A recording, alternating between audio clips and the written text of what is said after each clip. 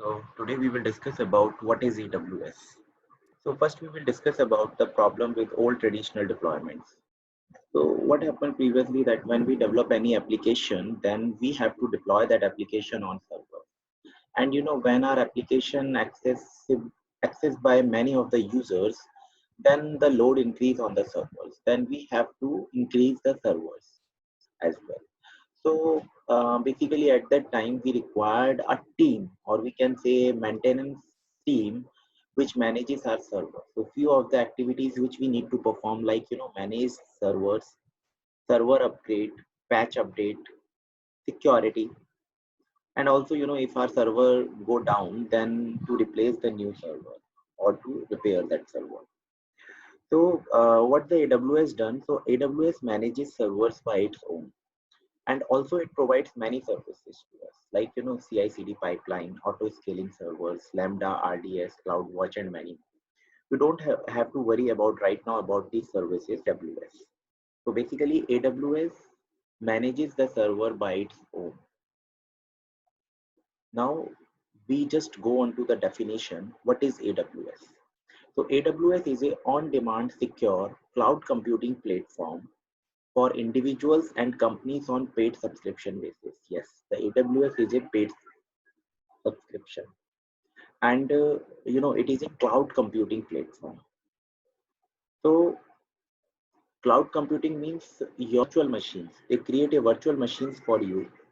They have their own data centers, and they have already many of the servers already in place. So when you request for any instance or any server, then they provide that much of a space for you and it allocate to you. So that is all about cloud computing. Now, what AWS provides? Power infrastructure. Infrastructure. So basically, from the AWS, we can develop our best infrastructure, like flexible, which server to use. So it provides us the flexibility that which server you want to use.